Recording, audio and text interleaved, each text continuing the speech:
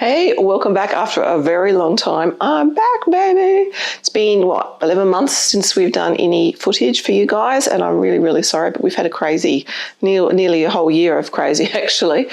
We have completely renovated our house by ourselves, so my husband and I have gutted our little home and rebuilt the bathroom and replaced all the floors and did all the fun stuff like that, so that's kept us really, really busy. I've been busy behind the scenes as well, obviously continuing on with all my animal nutrition consultations with all you guys, which I'm incredibly grateful for you entrusting me with their health, and it gives me a huge amount of pleasure every time I say goodbye to a dog. It makes me very happy. So again, thanks guys for that.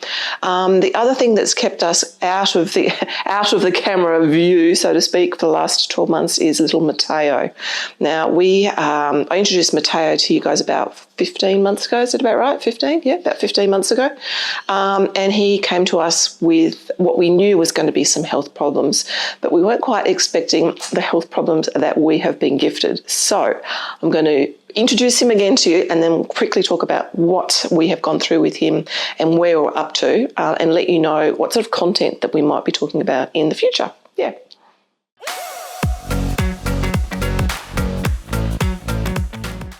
Okay, for those that don't know, this is Mateo, our gorgeous little boy who's no longer so little. He's about 5.5 kilos. He came to us at 8 weeks of age with what we knew was going to be some health issues. No problemo. We did a little video of him with his first bath and his first days. The link is below for that, and we specifically focused on transitioning him from an 8-week-old puppy that had been kibble-fed to a completely raw-fed dog, which is obviously what we are now. But the health journey with him has been a bumpy ride, unfortunately. We have been gifted a little guy who has got severe juvenile epilepsy, and it's quite a debilitating disease. We didn't know a lot about it initially, and unfortunately, due to circumstance, I've done a massive deep dive into brain chemistry and how the brain works. And I would like to do a whole deep dive into functional feeding around brain health and supporting his body through the medication process that we've gone through. So he's on 3 different types of medication, all human meds. Actually, no, 2 of them are human meds. He's on pharmacy-grade CBD oil as well, which is prescribed here in Australia by a very limited number of vets. He has his own healthcare team, which we have been working with, who we've been working with quite closely, and we have managed to crack his brain code. So we have been 40-something days seizure-free now, which is phenomenal considering we were having seizures 3, 4, or 5 times a day, and that obviously put a real spin on our lives. We were pretty much bound to the house. We couldn't go out very often. And when we did, we had to ensure that he had a carer or we had given him his meds at the right times. So he's a new puppy, back to being his healthy little rat bag self.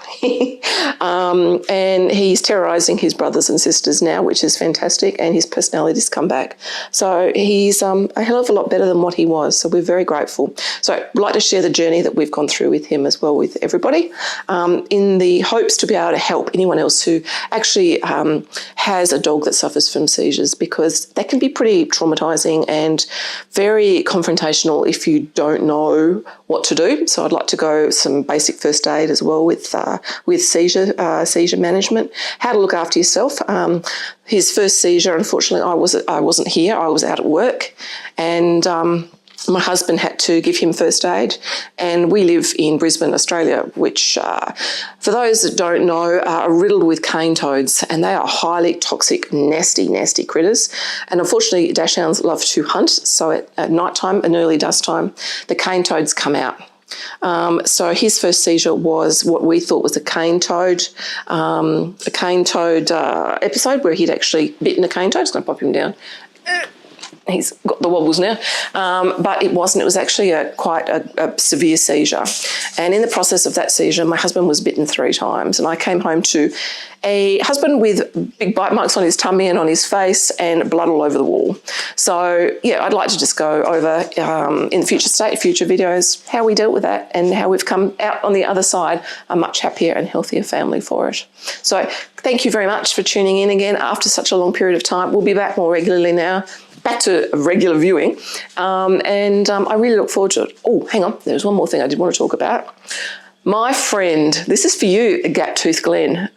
You may think that you can get away with hiding behind a camera in your basement with the irony of having a wolf picture behind you and slandering anyone and everyone with different beliefs to you. You can't really. You know, it's not cool at all. So just to let you know, I'm aware, don't care. You literally, I don't care, I don't give you the time of day. But yeah, just wanted to make sure that you knew that I know. Cheers, mate, from down under.